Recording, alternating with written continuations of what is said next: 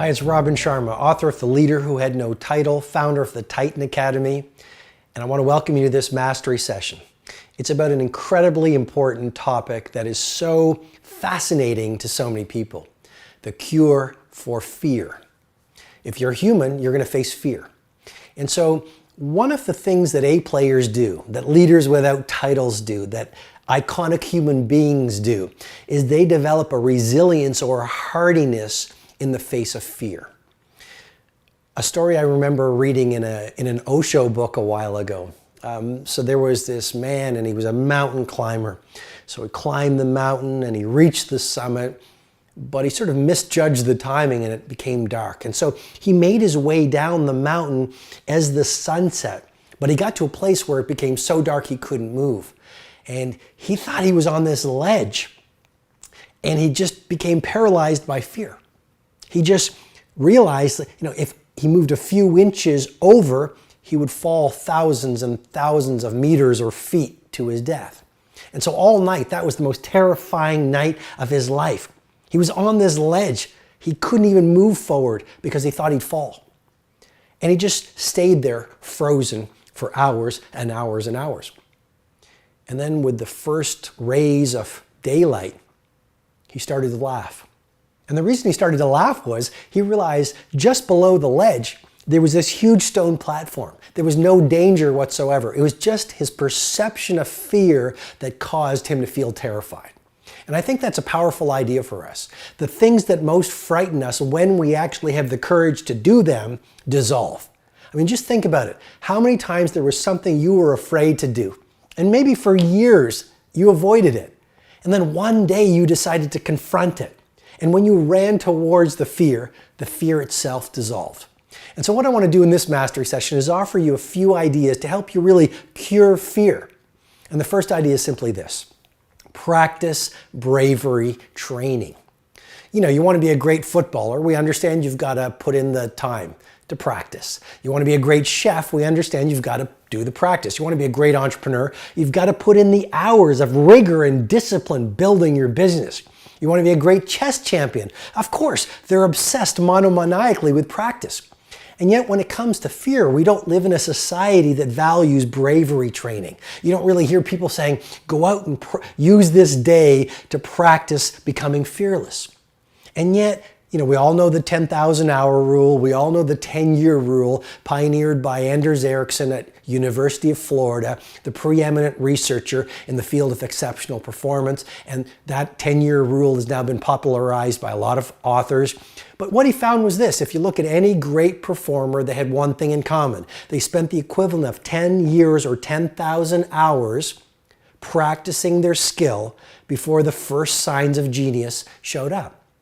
And so to become fearless, why not find some time every day to practice becoming fearless?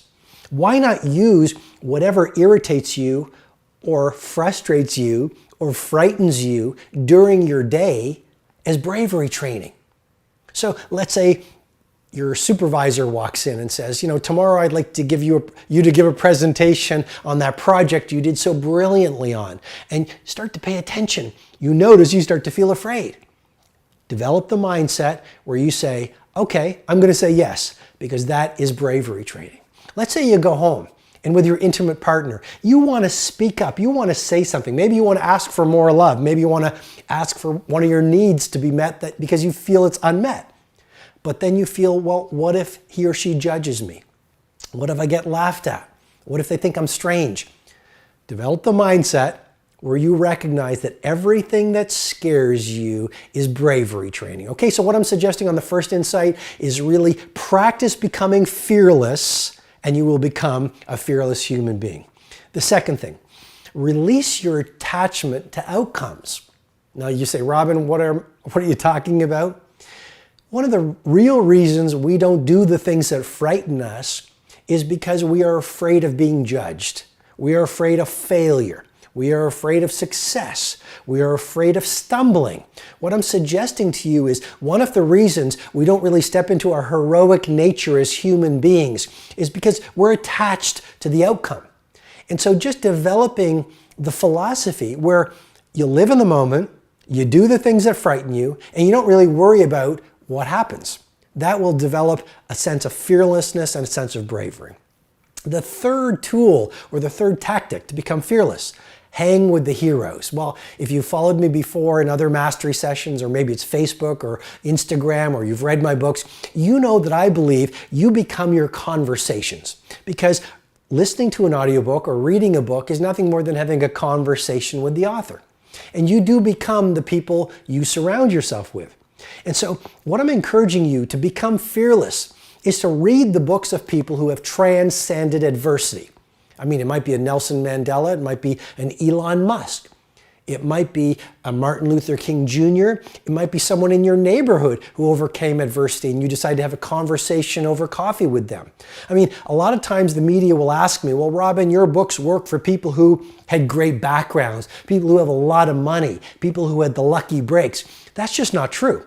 If you look at the people who've become iconic in business and in whatever the field might be, most of the time, those are people who actually came from nothing, or they had a lot of adversity, but the adversity allowed them to get to know their talents, the adversity developed their strength, the adversity allowed them to become better thinkers, and they actually used failure to develop greater levels of freedom. And one of the best ways to do that is to read the books or listen to the audiobooks or to spend time with people who've overcome adversity, who have been frightened, and they've transcended it to higher levels of confidence and bravery.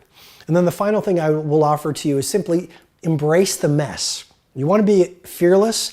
Remember that the things that you now find easy were initially hard. You want to become fearless? Remember that every master was once a beginner. You want to become fearless? Remember that all change is hard at first, and it's messy in the middle, and it's beautiful at the end. And so as you go from where you now are to where you want to be in terms of your confidence and your fearlessness, welcome the mess. I mean, progress is messy. Standing in the fire of your next level of potential is terrifying, but you have a choice. You can spend the best hours of your best days as a timid soul, locked into your current thinking, locked into your current emotional life, and that's just a recipe for stagnation. And that's really just a recipe for a life filled with regret. The second choice you can make is embrace the mess. Do the things that frighten you. Ask yourself, what things are blocking me and limiting me in my potential, in my life, in my income, in my creativity, in my happiness? And literally take out a piece of paper and start to record the things that you're frightened to do, because every single thing you're frightened to do is carrying a little bit of your power or a lot of your power. And the moment you actually do the thing that you're frightened to do, you take back your power that you gave to that condition, and you become a more powerful person.